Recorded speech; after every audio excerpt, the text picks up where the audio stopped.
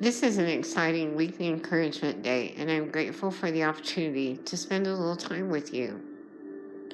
The month of May causes me to think about the role of women. When I think about this, I have the integral concept of the largeness of this role.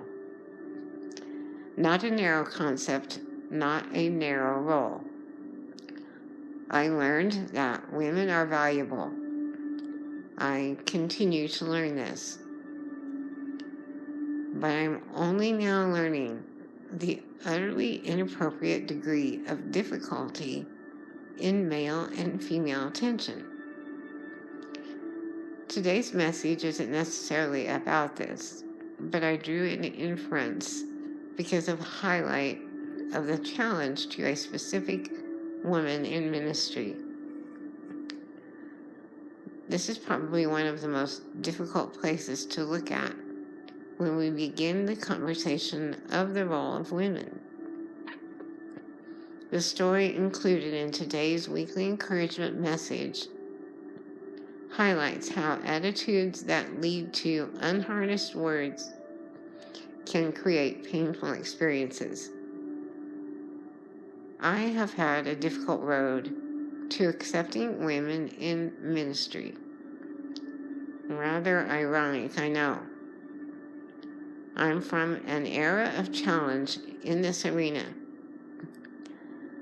I believe it's possible that the very ancient customs of struggle over leadership have given birth, pun intended, to women who have felt diminished, and this possibly caused a zealous release as women began to find a voice. Now more and more, as women are more integral in ministry than ever before. We've had examples over the centuries, but the fact that we call them examples lends to the unfortunate reality that women have been often fearful of their own place in leadership. Isn't this a difficult topic with a lot of tension? I fully admit this, but I have to look at how Jesus demonstrated deep compassion and respect for women. Very appropriately, he entrusted the news of the empty tomb to women. He highly regarded women in his life. He also kept an atmosphere of gentleness and protection for women. I feel it is very painful that women have experienced centuries of what Christ came to abolish. He invited women to learn from him, something not acceptable in his day.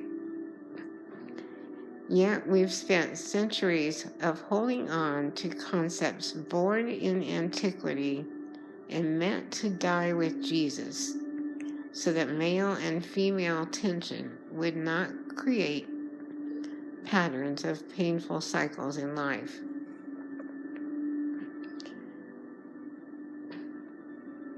This message is more about recognizing the lies of the enemy and combating the lies with truth. But I felt after hearing something in this message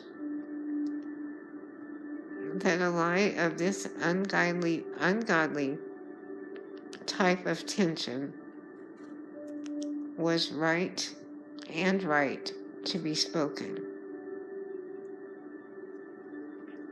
Please know I understand what pain can be caused by usually a male overplay on a female, sometimes in a physical way, but not always physical. I know it goes both ways. And I'm angry that a very unright tension has lingered for since ancient times that casts shadows on the gift of male and female. You see, I believe that tension should be about making the other feel more valued, never less. From both sides of the equation. and realizing Jesus is truth that doesn't diminish male or female. I'm angry that any of us sees another as an object. There is no room for this. Race to cause another to feel more valuable, more valued. I share this in love, and I'm praying for you, especially over this very challenging word I share, as I can't create unintended connection to the weekly encouragement video message. I've stepped farther than the message intends. But Jesus came for so much more than I give him credit for. The story of women and lies, of an ungodly tension between male and female, is a difficult shadow from a world still struggling, not a representation of Jesus. The truth is that this is a story about a battle, and that is really all that was intended by today's weekly encouragement video message.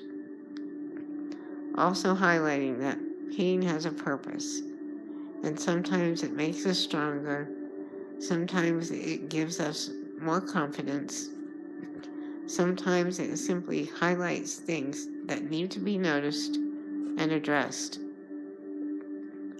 There is pain in many communities today, including mine personally, and yours as well.